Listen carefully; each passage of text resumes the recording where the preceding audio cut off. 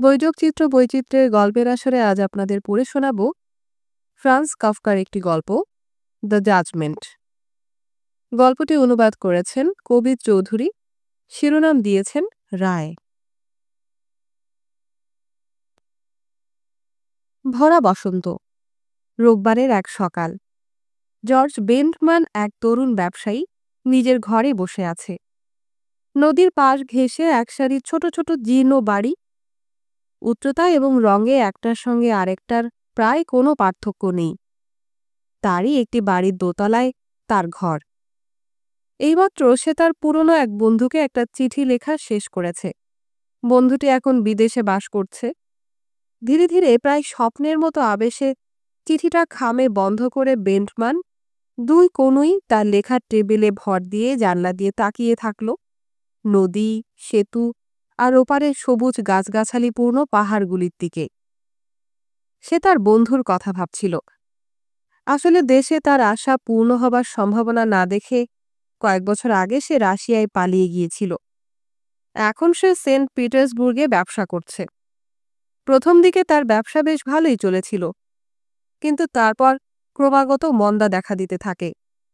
বন্ধুটি মাঝে মধ্যে দেশে বেড়াতে এলে ওই অভিযোগই করত, আর তার দেশে ওই আশাও ক্রমেই বিরল থেকে বিরলতর হয়ে উঠেছিল। বিদেশে সে শুধু অনর্থক নিজেকে নিঃশেষ করে ফেলেছিল। জর্জ ছোটবেলা থেকে তার বন্ধুর যে মুখ চিনত, এখন ঘন অচেনা দাড়ি সত্ত্বেও সে মুখের অভিব্যক্তি জর্জ সহজেই বুঝতে পারে। তার গায়ে চামড়াও কেমন হলুদ হয়ে উঠেছিল, যেন কোনো গোপন রোগে সে আক্রান্ত। সে নিজেই বলেছে যে স্বদেশের যেসব ব্যক্তি কলোনিতে গিয়েছে তাদের সঙ্গে তার কোনো নিয়মিত সংযোগ নেই, আর কোনো রুশীয় পরিবারের সঙ্গেও তার যোগাযোগ নেই বললেই চলে। ফলে সে ক্রমেই নিশ্চিত ধরে নিচ্ছিল যে চিরকুমার থাকাই তার নিয়তি। এইরকম একটি লোক স্পষ্টতই যে নিয়ন্ত্রণের বাইরে চলে গেছে, তার কাছে কেউ কি লিখতে পারে? তার জন্য দুঃখ বোধ করা যায়, কিন্তু তাকে সাহায্য করা যায় না। তাকে কি দেশে ফিরে আসতে পরামর্শ দেওয়া উচিত? সব ছেড়ে ছুড়ে দিয়ে এখানে এসে নতুন করে শিকড় গাঁটতে বলবে?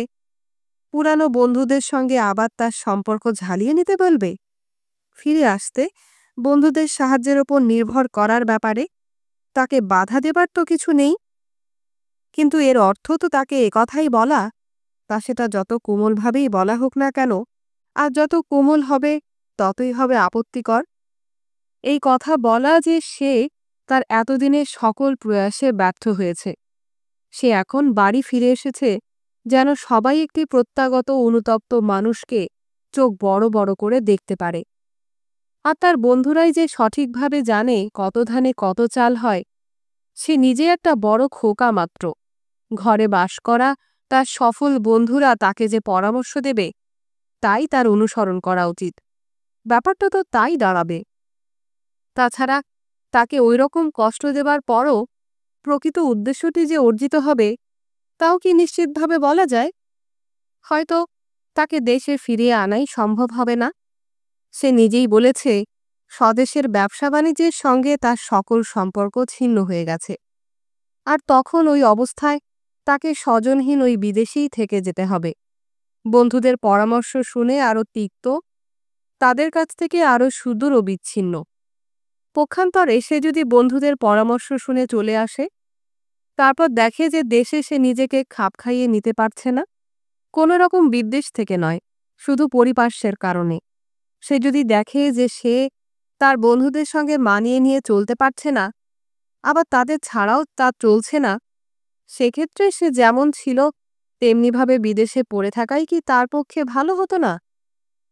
এইসব বিবেচনা করে দেখলে সে যে দেশে ফিরে এসে নিজের জীবন সার্থক করে তুলতে পারবে, সে সম্পর্কেই বা কেউ কিভাবে নিশ্চিত হবে? এসব কারণে কেউ যদি তার সঙ্গে পত্র যোগাযোগ অক্ষুণ্ণ রাখতেও চায়, তবু একজন স্বল্প পরিচিত দূরের মানুষকেও যেসব কথা খোলাখুলি জানানো যায়, তাকে তেমন সত্যিকার খবরগুলো জানানো সম্ভব হয় না। সে শেষ দেশে এসেছিল ৩ বছর আগে। কারণ হিসেবে খোঁড়া যুক্তি দেখায় যে রাশিয়ার রাজনৈতিক পরিস্থিতি খুব অনিশ্চিত। তার মতো একজন ক্ষুদ্র ব্যবসায়ীকেও খুব অল্প সময়ের জন্য অনুপস্থিত থাকার উপায় নেই। যদিও ওই সময়ে হাজার হাজার রুশ নাগরিক শান্তিতে বিদেশ ভ্রমণ করছিল। কিন্তু এই ৩ বছরে জর্জের জীবনেও তার নিজের পরিস্থিতির প্রভূত পরিবর্তন ঘটে গেছে। ২ বছর আগে মা মারা যান। তারপর থেকে সে আর তার বাবা দুজনে মিলে সংসারের হাল ধরে আছে। তার বন্ধুকে এ খবর সে অবশ্যই দেয়, আর বন্ধুটি একটা চিঠিতে সমবেদনাও জানায়। কিন্তু এমন শুকনোভাবে যে তোমাকে এই সিদ্ধান্তে পৌঁছতে হয় যে অত দূরদেশে বসে ওই ঘটনা যে কত বেদনাদায়ক তা সে উপলব্ধি করতে পারেনি। ওই ঘটনার পর থেকে জর্জ অবশ্য নিজের ব্যবসায় এবং অন্যান্য বিষয়েও আরও বেশি মনোযোগী ও পরিশ্রমী হয়ে ওঠে। হয়তো মায়ের জীবদ্দশায় বাবা ব্যবসা সংক্রান্ত সব বিষয়ে তার নিজের মত পুরোপুরি খাটাতেন, যার ফলে তার নিজস্ব কর্মকাণ্ড বিকশিত হবার কোনো সুযোগ পায়নি। হয়তো মার মৃত্যুর পর বাবার জবরদস্তির ভাব কমে আসে, যদিও ব্যবসায়ের ক্ষেত্রে তিনি তখনও সক্রিয় ছিলেন। হয়তো ব্যাপারটার পেছনে একটা সৌভাগ্য দৈবক্রম কাজ করেছিল। খুব সম্ভব তাই। সে যাই হোক, ওই ২ বছরে তাদের ব্যবসা অপ্রত্যাশিতভাবে সমৃদ্ধ ও বিকশিত হয়। কর্মচারীদের সংখ্যা দ্বিগুণ করতে হয়, উৎপাদন আগের তুলনায় ৫ গুণ বেড়ে যায় এবং সামনের দিনগুলিতে যে আরও উন্নতি হবে তাতে কোনো সন্দেহ নেই। কিন্তু এই উন্নতি সম্পর্কে জর্জের বন্ধুর কোনো ধারণাই ছিল না। প্রথম দিকে সম্ভবত তার সমবেদনা জানানো চিঠিতে শেষবারের মতো সে জর্জকে স্বদেশ ত্যাগ করে রাশিয়ায় চলে আসার জন্য জোর দিয়ে বলে। জর্জের বিশেষ ধরনের ব্যবসায়ে সেখানে উন্নতির ব্যাপক সম্ভাবনা আছে বলে জানায়। জর্জের বর্তমান ব্যবসায়ের পরিধির তুলনায় তার বন্ধু সেখানে উন্নতির যেসব তথ্য ও সংখ্যা দেয় তা ছিল খুবই নগণ্য। তবু তার ওই ব্যবসায়িক সাফল্যের কথা জর্জ তার বন্ধুকে কুণ্ঠা ও সংকোচের জন্য জানাতে পারেনি।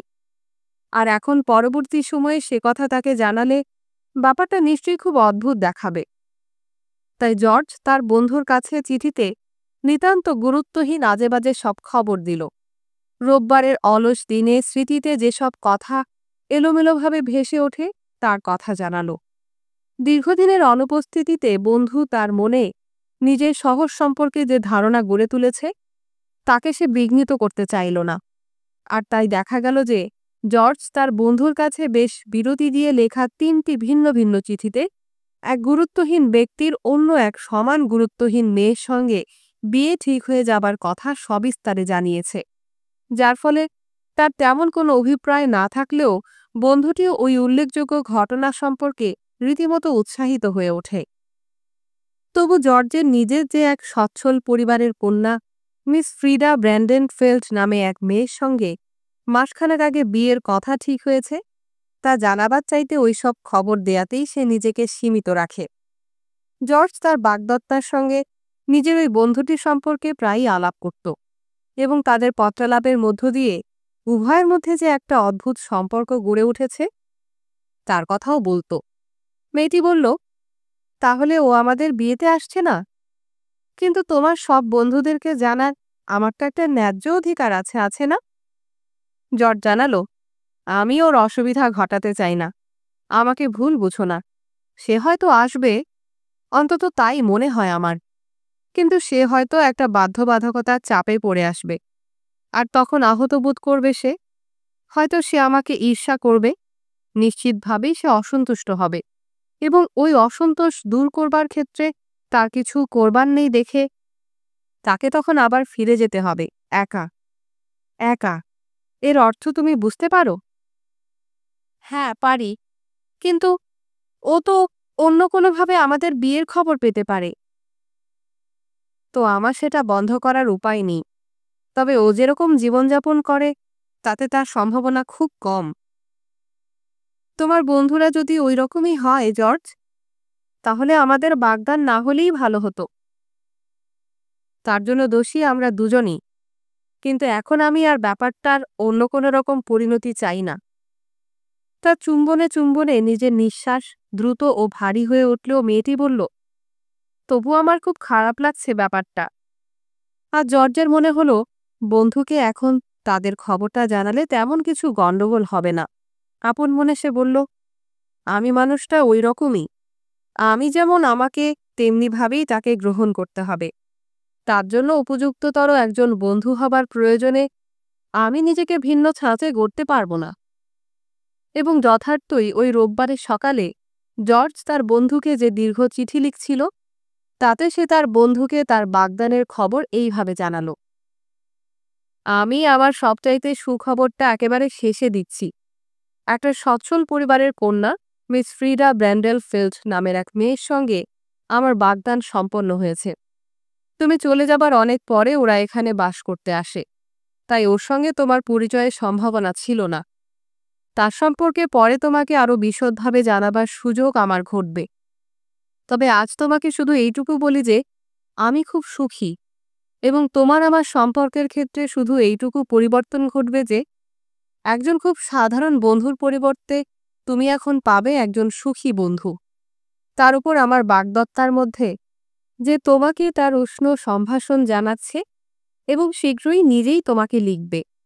তুমি পাবে বিপরীত লিঙ্গের একজন সত্যিকার বন্ধু, একজন অবিবাহিত মানুষের পক্ষে যা মোটেই গুরুত্বহীন নয়। আমি জানি যে নানা কারণে তুমি আমাদেরকে দেখতে আসতে পারছো না, কিন্তু আমার বিয়েকে উপলক্ষ করে কি তুমি সব বাধা কাটিয়ে দিতে পারো না? তবু অন্য কোনো বিষয়কে গুরুত্ব না দিয়ে তোমার নিজের জন্য যা সর্বোত্তম বলে মনে হবে তুমি তাই করো। এই চিঠিটা হাতে নিয়ে জানলার দিকে মুখ করে জর্জ অনেকক্ষণ ধরে তার লেখার টেবিলে বসেছিল। একজন চেনা মানুষ রাস্তা দিয়ে যাবার সময় তার উদ্দেশ্যে হাত নাড়াল। জর্জ অন্যমনস্কভাবে হেসে কোনো রকমে তার জবাব দিল। অবশেষে চিঠিটা পকেটে পুরে সে তার ঘর থেকে বেরিয়ে একটা ছোট্ট বারান্দা পেরিয়ে তার বাবার ঘরে ঢুকল। কয়েক মাসের মধ্যে এই প্রথমবারের মতো সেখানে প্রবেশ করার তার কোনো দরকারই হতো না, কারণ প্রতিদিনই ব্যবসা বাণিজ্যের সময় বাবার সঙ্গে তার দেখা হতো। দুপুরে একটা খাবার দোকানে তারা দুজন একসঙ্গে আহার করত। তবে এটা ঠিক যে রাতে তারা যে যার মতো করে আলাদা আলাদাভাবে তাদের সময় কাটাত। কিন্তু তখনও জর্জ যদি তার বন্ধুবান্ধবদের সঙ্গে বাইরে কোথাও না যেত, কিংবা ইদানিং যা প্রায়ই ঘটত তার বাগদত্তার ওখানে না যেত, তাহলে তারা দুজন যে যার খবরের কাগজ হাতে নিয়ে তাদের যুগ্ম বসবার ঘরে সর্বদা একত্রে কিছুটা সময় বসত। আজকের এই রৌদ্রোজ্জ্বল সকালেও তার বাবার ঘরটা এত অন্ধকার দেখে জর্জ অবাক হল। সরু আঙিনার ওপাশে উঁচু দেয়াল ঘরটা ছায়াচ্ছন্ন করে দিয়েছে। তার বাবা এক কোণায় জানলার পাশে বসে আছে। চারদিকে জর্জের মৃত মায়ের নানা স্মৃতিচিহ্ন ঝুলছে। বাবা তার দৃষ্টিশক্তির দুর্বলতা অতিক্রম করার জন্যে খবরের কাগজটা একপাশে চোখের সামনে উঁচু করে ধরে পড়ার চেষ্টা করছে। টেবিলের ওপর তার প্রাতরাশের অবশিষ্টাংশ পড়ে আছে। দেখে মনে হয় না যে সে খুব বেশি কিছু খেয়েছে। বাবা তাকে দেখার সঙ্গে সঙ্গে উঠে দাঁড়িয়ে বলল, আহ জর্জ। সামনের দিকে এগিয়ে আসার সময় তার গায়ে চাপানো ভারী ড্রেসিং গাউনের সম্মুখ ভাগ দুলে উঠে খুলে গেল। তার কিনারাগুলি তার চারপাশে নড়তে থাকল। জর্জ মনে মনে বলল, আমার বাবা এখনো এক বিশালকার দৈত্যের মতো। সে সরবে বলল, ঘরটা অসহ্য রকম অন্ধকার। হ্যাঁ, যথেষ্ট অন্ধকার, বাবা জবাব দিল। তার ওপর আপনি জানলাটাও বন্ধ করে দিয়েছেন। এভাবেই আমার ভালো লাগে। জর্জ যেন তার পূর্ব মন্তব্যের জের ধরে বলল, তা বাইরে বেশ গরম। বাবা নাস্তার পাত্রগুলি সরিয়ে একটা বাক্সের ওপর রেখে দিল। জর্জ শূন্য দৃষ্টিতে বুড়ো মানুষটির নড়াচড়া লক্ষ্য করছিল। সে বলল, আমি আপনাকে শুধু বলতে এসেছিলাম যে আমি আমার বাগদানের খবরটা সেন্ট পিটার্সবুর্গে এখন জানিয়ে দিচ্ছি। সে তার পকেট থেকে চিঠিটা একটু তুলেই আবার পকেটে ঢুকিয়ে দিল। সেন্ট পিটার্সবুর্গে? বাবা জিজ্ঞেস করল। জর্জ বাবার চোখে চোখ রাখার চেষ্টা করে বলল, ওখানে আমার বন্ধুর কাছে। সে মনে মনে ভাবল, কাজের সময় বাবা সম্পূর্ণ ভিন্ন মানুষ হয়ে যান। এখানে এখন বুকের ওপর দুবাহু বেঁধে কিরকম শক্ত হয়ে বসে আছে। বাবা অদ্ভুত একটা জোর দিয়ে বলল, ও হ্যাঁ, তোমার বন্ধুর কাছে।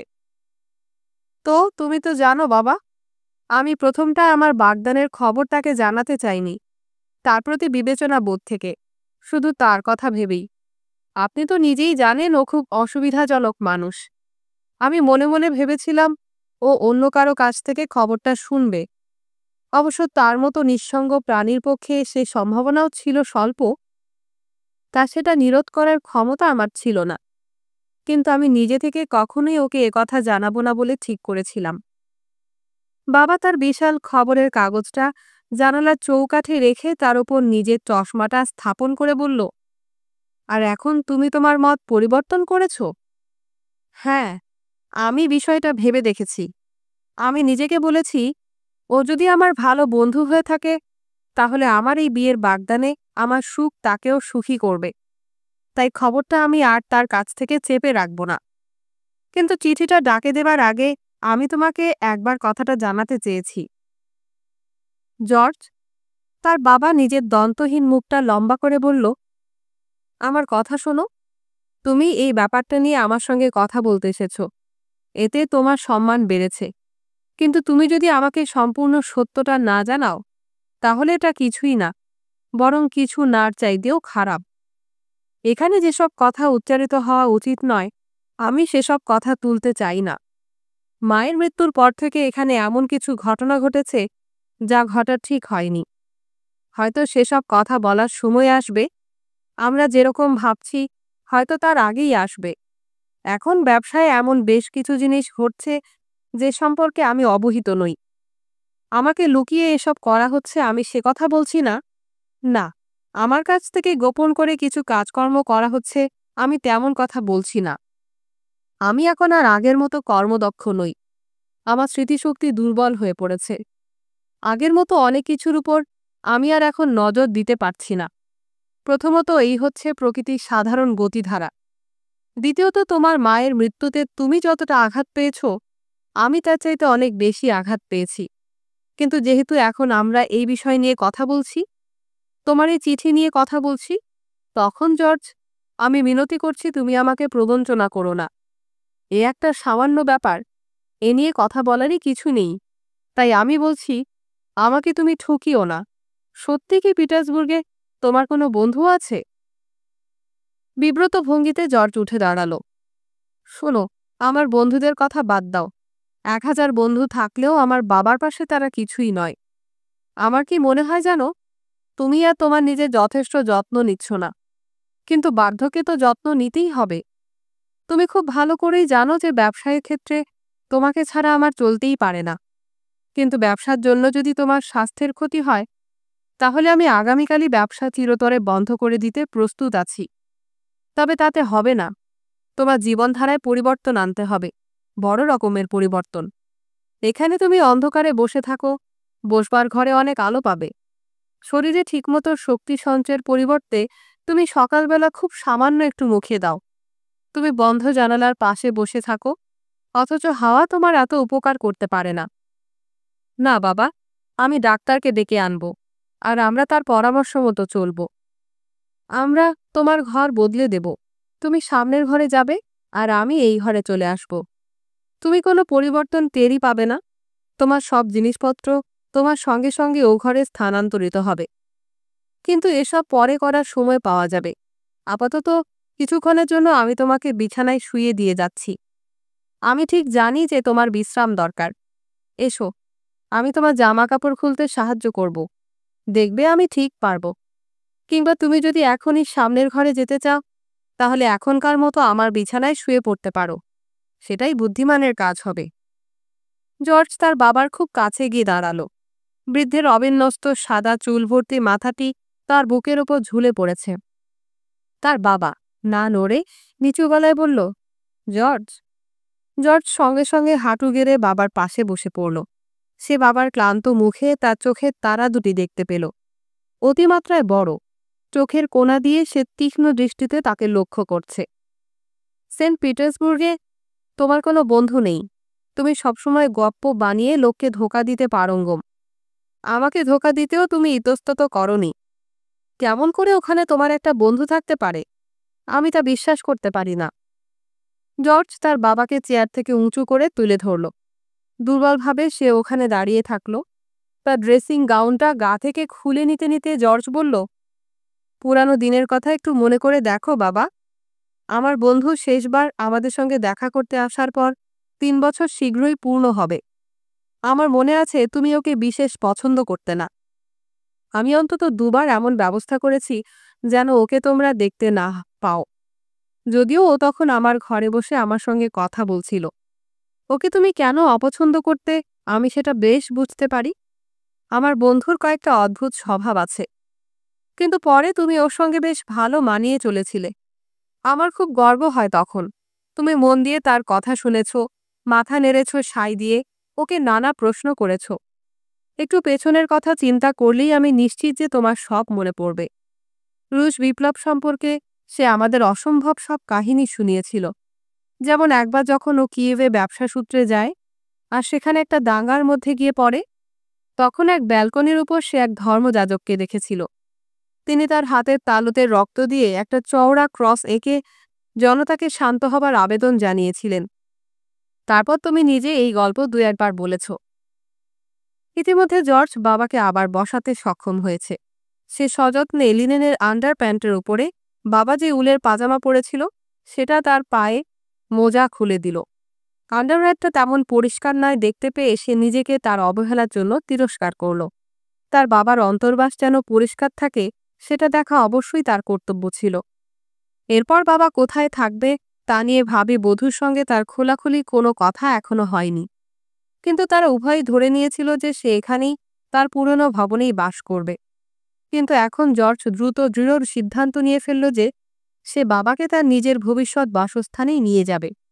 ভালো করে লক্ষ্য করার পর তার মনে হলো বাবাকে ভালো করে যত্নআত্তি করার যে সংকল্প সে করেছে তা বাস্তবায়িত করার জন্য হয়তো ইতিমধ্যে বড় বেশি দেরি হয়ে গেছে। সে বাবাকে কোলে করে খাটে নিয়ে গিয়ে শুইয়ে দিল। শয্যার দিকে কয়েক পা যাবার সময় সে যখন বুড়ো মানুষটাকে তার বুকের কাছে তার ঘড়ির চেনটা নিয়ে খেলা করতে দেখল, তখন একটা ভীষণ নিরানন্দ অনুভূতি তাকে আচ্ছন্ন করল। বাবা ঘড়ির চেনটা এত শক্ত করে আঁকড়ে ধরে রেখেছিল যে একটু সময়ের জন্য সে তাকে বিছানায় নামিয়ে দিতে পর্যন্ত পারেনি। কিন্তু বিছানায় শুয়ে দেবার পর থেকেই মনে হলো সব যেন ঠিক হয়ে গেছে।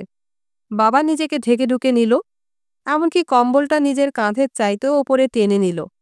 সে জর্জের দিকে তাকালো। সে দৃষ্টিতে কোনো বৈরী ভাব ছিল না। জর্জ তার দিকে উৎসাহব্যঞ্জকভাবে মাথা নেড়ে জিজ্ঞেস করল, আমার বন্ধুকে তোমার মনে পড়তে আরম্ভ করেছে তাই না? বাবা জিজ্ঞেস করল, আমার শরীর কি ভালো করে ঢাকা হয়েছে এখন? যেন কম্বল দিয়ে তার পা ভালো করে মুড়ে দেয়া হয়েছে কিনা সেটা সে নিজে দেখতে পারছে না। জর্জ বলল, তো এর মধ্যে বেশ ভালোভাবে আরাম করে বিছানায় শুয়ে পড়েছ। সে কম্বলটা তার গায়ে চারপাশে আরো ঘন করে জড়িয়ে দিল। বাবা আবার জিজ্ঞেস করল, আমাকে কি ভালোভাবে ঢেকে ঢুকে দিয়েছ? মনে হলো উত্তরটার জন্য সে এক অদ্ভুত তীব্রতা নিয়ে অপেক্ষা করছে। চিন্তা করো না, তোমার চারপাশে কম্বল বেশ ভালোভাবে জড়িয়ে দেয়া হয়েছে। না, জর্জের কথায় বাধা দিয়ে তার বাবা চিৎকার করে উঠল। সে সজোরে তার কম্বলগুলি ছুঁড়ে ফেলে দিল। সেগুলি মুহূর্তের মধ্যে ঘরের চারপাশে ছড়িয়ে ছিটিয়ে পড়ল। আর বাবা খাটের ওপর এক লাফে সোজা হয়ে উঠে বসল। শুধু স্থির থাকার জন্য সে তার একটা হাত দিয়ে হালকাভাবে ছাদটা স্পর্শ করে থাকল। শোনো আমার চটপটে ছোকরা, তুমি যে আমাকে ঢেকে ঢুকে রাখতে চেয়েছ আমি সেটা জানি, কিন্তু এখনো তার অনেক দেরি আছে। আর এটা যদি আমার শক্তির শেষ বিন্দুও হয়ে থাকে তবু তোমার জন্য তা যথেষ্ট হবে, যথেষ্টের চাইতেও বেশি হবে। অবশ্যই আমি তোমার বন্ধুকে চিনি। সে আমার মনের মতো পুত্র হতো। সেজন্যই এত বছর ধরে তুমি তাকে নিয়ে প্রবঞ্চনা করেছ। তাছাড়া আর কি কারণ থাকতে পারে? তুমি কি মনে করো যে তার জন্য আমার দুঃখ হয়নি? আর সেজন্যই তুমি তোমার আপিস ঘরে নিজেকে তালাবদ্ধ করে রেখেছ। বড় সাহেব খুব ব্যস্ত, তাকে এখন বিরক্ত করা যাবে না। শুধু এই জন্য যেন তুমি রাশিয়াতে তোমার ওই মিথ্যা চিঠিগুলি লিখতে পারো। কিন্তু ঈশ্বরকে ধন্যবাদ, ছেলে চালাকি কেমন করে ধরে ফেলতে হবে সেটা কোনো বাবার শেখার দরকার করে না।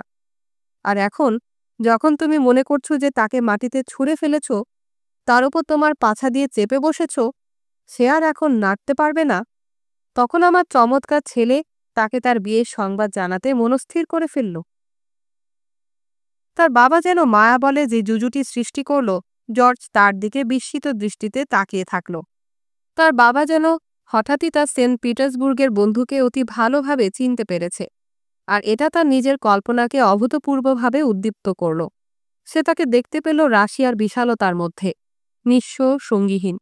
সে তাকে দেখতে পেল একটা লুণ্ঠিত শূন্য গুদামের সামনে। সে অসহায়ভাবে দাঁড়িয়ে আছে তার ভেঙে চুরমার করে দেওয়া শোকেসগুলির সামনে, তার কর্তৃত খণ্ডিত পড়ে থাকা জিনিসপত্রের সামনে। কেন সে অত দূরে চলে গিয়েছিল?